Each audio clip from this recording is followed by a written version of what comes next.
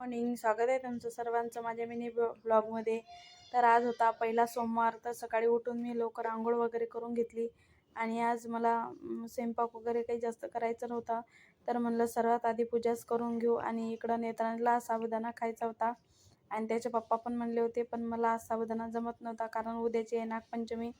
आणि नागपंचमी असल्यामुळे नागपंचमी आदल्या दिवशी भावाचा उपवास असतो, तर मग तो उपवास मी करत असते. तर त्याला साबुदाणा वगैरे काही जमत नाही, फ्रूटच खावं लागते आणि एकच टाईम. आणि सोमवार पण होता, दोन्ही उपवास होते. तर मग हे बघा, मी असं दही वगैरे आणलेलं होतं आणि पूजा वगैरे झाली सर्व.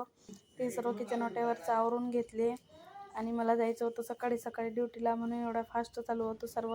नाही तर सर्व निवांत झालं असतं. आणि मी सर्व आवरून निघाले ड्युटीला. ड्युटीहून आल्यानंतर मग मी 2:30ला घरी येते. 2:30 पावणे 3 होतातच मला आल्यानंतर. मग बघा एवढे भांडे बाकी होते आणि नंतर मग सर्व आवरून कपडे वगैरे आवरून घेतलं आणि परत मग मंदिरात जायला निघाली.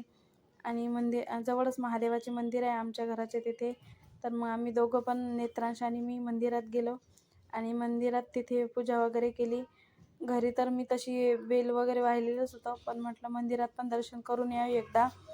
तर मग जवळच मंदिर आहे, तर मग मी गेली मंदिरात आणि मंदिरात तिकडून दर्शन वगैरे करून आल्यानंतर मग आरती करायची राहिलेली होती. तर मग मी शिवलीला अमृतचा अध्याय वाचला.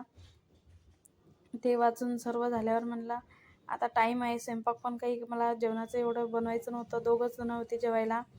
त्याच्यामुळं मग मी म्हटलं आज वाचून घ्यावं, सोमवार असल्यामुळं. मग ते वाचलं वगैरे, आरती वगैरे केली आणि त्यांना जेवणाला बनवायला घेतलं. आरती वगैरे झाल्यानंतर मग मी नेत्रांचा थोडाफार अभ्यास घेतला आणि यांचं जेवणाला वगैरे दिलं आणि मी सुद्धा फराळाचं केलं. फराळ वगैरे बनवलं आणि ते केलं. साबुदाणा मी मंदिरात जातानाच भिजत घातलेला होता आणि सर्व इतकं छान वाटते अशी पूजा केल्यानंतर. आरती वगैरे झाली आणि असा गेला माझा आजचा दिवस. व्हिडिओ कसा वाटला नक्की सांगा. थँक्यू. खूप दिवसानंतर व्हिडिओ आला, सॉरी. बाय.